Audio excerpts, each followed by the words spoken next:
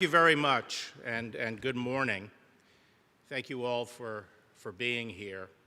Thank you, Jeff, for that introduction, and I'd like to offer a special thanks to Rabbi Soloveitchik for his benediction. I also want to thank everyone who helped to bring this summit together, in particular Larry Rothenberg, Lindsay Friedman, and Katie Kreitzer from the Office of Legal Policy, Omed Asefi from the Civil Rights Division, and Brian Pandya and Patrick Davis from the Office of the Associate Attorney General.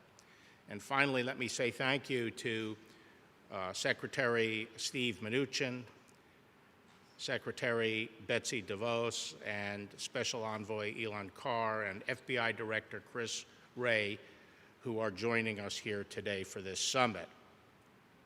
Today's program includes a great set of panelists and speakers.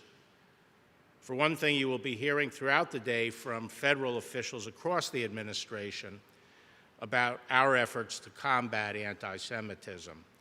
I know that for me and for the Department of Justice, this is a critical priority. I'm deeply concerned about the rise in hate crimes and political violence that we have seen over the past decade. And this trend has included a marked increase in reported instances of anti-Semitic hate crimes. The most ancient and stubborn form of racism throughout Western history has been anti-Semitism. The causes have been varied. At times, it has been driven by religious intolerance, cultural differences, economic envy, and ideological dogma. Sometimes those disappointed with their own lot in life seize on conspiracy theories to blame the Jewish people for their own discontent. And sometimes political factions competing for power find in the Jewish people a convenient scapegoat to unify and inflame their political base. Hostility or prejudice against the Jewish people has manifested itself in the organized violence of pogroms, expulsions, and massacres. Within living memory, these genocidal acts reached the unimaginable scale and evil of the Holocaust. In the United States today, we do not see state-organized violence, but increasingly we are seeing hate-inspired violence against the Jewish community, perpetrated by individuals and groups. This past year in particular, the entire nation saw the evil fruits of this anti-Semitism in Pittsburgh at the Tree of Life Synagogue and in California at the Shabbat at Poway. In both instances, gunmen motivated by hatred against Jews opened fire, killing worshipers and injuring others. We were all horrified by these attacks. Federal, state, and local law enforcement responded quickly and decisively. Of course, it is one thing for the nation to pull together in condemning anti-Semitism when confronted with front-page stories about horrific shootings, as in Pittsburgh and Poway. But far too often, Jews and Jewish communities in America suffer outside the spotlight. In New York City this past year, we have seen a sharp uptick in attacks on Orthodox Jews, particularly in the Crown Heights neighborhood. People are attacking Jews in the streets and vandalizing synagogues. In Massachusetts, in March, vandals desecrated 59 gravestones in a Jewish cemetery, knocking over headstones and scrolling swastikas and hateful graffiti.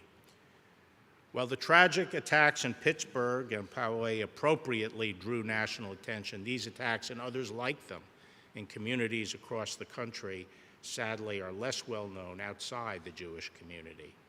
But they form the daily background of concerns about security and safety that many in the Jewish community feel. The nation as a whole must be aware of these concerns and reject the forces that motivate them. As Attorney General and a fellow citizen, I want to assure the Jewish community that the Department of Justice and the entire federal government stands with you and will not tolerate these attacks.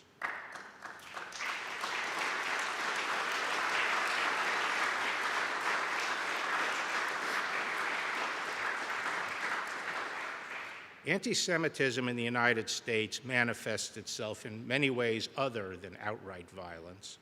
Prejudice is often reflected in zoning laws designed to exclude Jews from residing in particular communities. It is also manifest in the harassment of Jewish individuals and businesses. That is also why today is about far more than criminal prosecutions. We need to combat anti-Semitism on all fronts as a government, but also as a society. We are therefore grateful that today's summit will include thoughtful discussions with several outside contributors who have been gracious to join us. The first panel will focus on combating anti-Semitism while respecting the First Amendment. Hate crimes and civil rights prosecutions are important tools, but they cannot solve the problem on their own. Hearts and minds must be changed, but that is not always the task to which the government is particularly well suited. We have a legal obligation to respect the free speech rights of even despicable speakers and our harshest critics. But lines can be drawn by our society, sometimes easily and sometimes not so easily, between that commitment and repudiation of anti-Semitism. Another panel will focus on the problem of anti-Semitism on campus.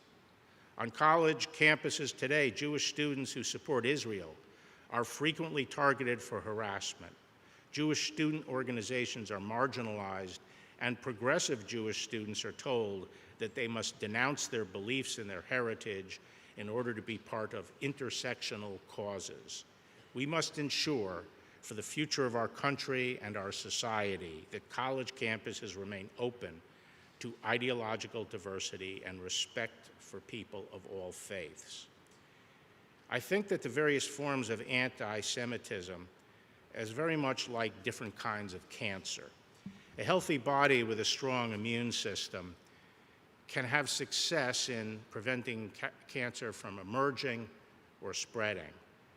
But if the immune system weakens, cancer can emerge. Some might be localized, but others can rapidly metastasize and become systemic. Just like a physical body, a body politic must have an immune system that resists anti-Semitism and other forms of racial hatred. What is the state of our immune system within American society? In a pluralistic society like ours, I think the ability to resist hate comes from cultivating a civil society that, on the one hand, nurtures the freedom of each group to pursue their faith and distinctive way of life, while at the same time fostering the ties that bind us together into a genuine, broader community. My concern today is that under the banner of identity politics, some political factions are seeking to obtain power by dividing Americans, and they undermine the values that draw us together, such as a shared commitment to our country's success. This is the breeding ground for hatred, and we must reject it. What is the competing vision? I'm reminded of something that happened 2 months after 9/11 up in New York. An American airline flight with 260 souls aboard took off from JFK, went wildly out of control over Jamaica Bay, and crashed into the small Bell Harbor neighborhood of Rockaway in Queens.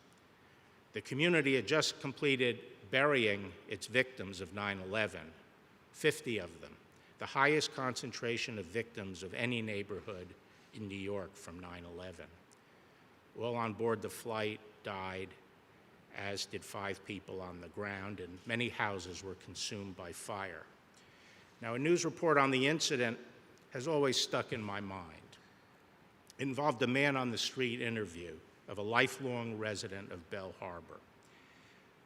With fires raging behind him, he was distraught but unbowed as he assured the reporter that Bell Harbor would surmount this latest tragedy. He said, "This is a tight-knit community.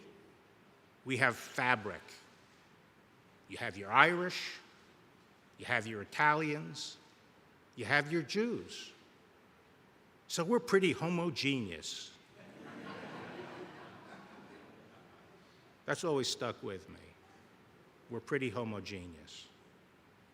Is there a better description of the framers' aspiration of a pluribus unum?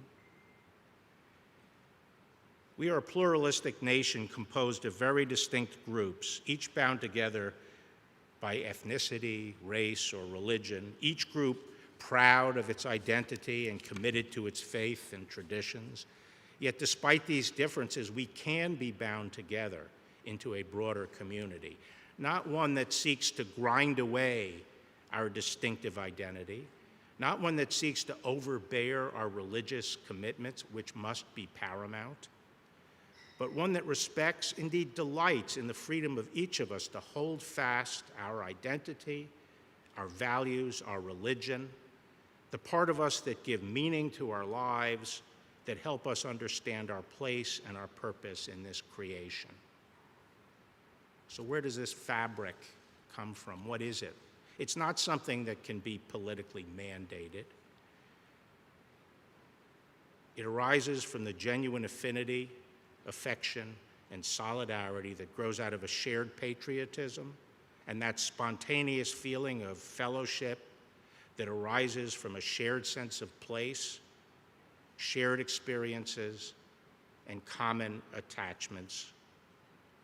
These bonds are the surest safeguard against racial hatred, including anti-Semitism. So with that, I would like to thank all of you again for being here.